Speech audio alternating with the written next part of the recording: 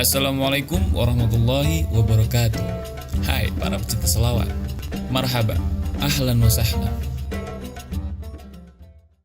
Kisah teladan Ummu Salamah, wanita tangguh dan sabar sebelum menjadi istri Rasulullah. Sebelum lanjut, jangan lupa like, comment, and subscribe. Syukron.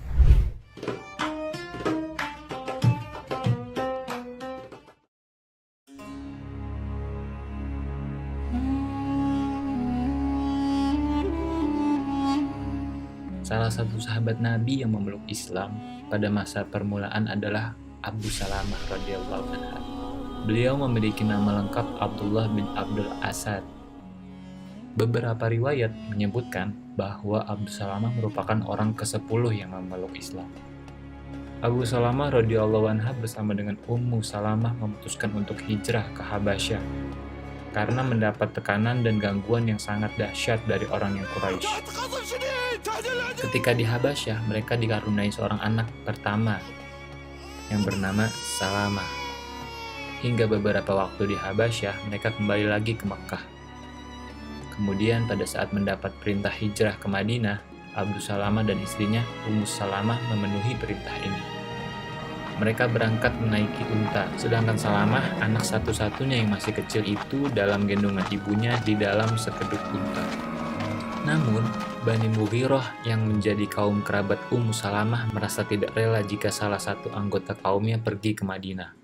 Bahkan beberapa orang dari kaumnya mengejar Abu Salamah dan merebut kendali unta yang membawa istri dan anaknya itu. Mereka lalu berkata, "Ini jiwamu, engkau memenangkannya atas kami. Tidakkah engkau tahu atas dasar apa kami membiarkanmu berjalan dengannya di negeri ini?" Hal tersebut membuat Abu Salamah tidak dapat berbuat apa-apa. Namun bukannya hanya sampai di situ, kerabat Abu Salamah dari Bani Abdus Sa'ad ternyata tidak rela kalau Salamah sebagai bagian dari kaumnya berada di Bani Mughirah, sehingga mereka merebutnya dari Ummu Salamah. Setelah berhasil, ternyata mereka tidak membiarkan Salamah untuk mengikuti ayahnya untuk hijrah ke Madinah. Meskipun kecintaannya begitu besar terhadap istri dan juga anaknya, namun perintah Allah Subhanahu wa Ta'ala dan Rasul-Nya di atas segalanya.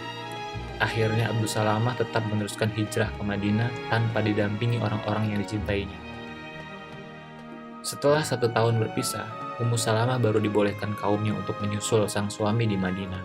Sedangkan anaknya Salamah juga mengikuti sang ibu Ummu Salamah. Diketahui Abu Salamah telah terjun mengikuti perang Badar dan Uhud. Di dalam perang Uhud, ia mengalami luka parah dan membuatnya mengalami kesakitan yang berkepanjangan. Pada saat lukanya belum sembuh sepenuhnya, Rasulullah SAW menunjuk dirinya untuk memimpin pasukan kecil dengan beranggotakan 150 orang sahabat untuk menyerang Bani Asad bin Khuzaimah. Sedangkan dari pihak Bani Asad telah menghimpun kekuatan rahasia untuk menyerang Madinah yang saat itu dikomandani oleh 2 orang yang bersaudara, Talha dan Salamah bin Khuwailid. Hingga kemudian para pasukan yang dipimpin Abu Salamah ini melumpuhkan Bani Asad. Diketahui peristiwa ini terjadi pada bulan Muharram 4 Hijriah. Akan tetapi akibat pertempuran ini luka-luka bekas perang Uhud yang belum sepenuhnya sembuh menjadi kambuh kembali. Bahkan kali ini menjadi semakin parah. Sehingga akhirnya Abu Salamah menemui syahidnya pada bulan Jumadil Akhir tahun 4 Hijriah. Menurut beberapa keterangan dari pernikahannya dengan Ummu Salamah, ia dikaruniai 4 anak. Selain Salamah, anak lainnya bernama Umar, Durrah, dan Zainab. Anak lahir Zainab ketika Abu Salamah wafat dalam keadaan kandungan sang ibu. Pada saat Abu Salamah masih hidup, Ummu Salamah pernah menginginkan agar mereka saling berjanji untuk tidak menikah lagi ketika salah satu mereka meninggal terlebih dahulu. Namun, Abu Salamah menginginkan agar Ummu Salamah taat kepadanya sebagai suaminya. Dan ia berkata, "Jika aku meninggal dahulu, menikahlah engkau."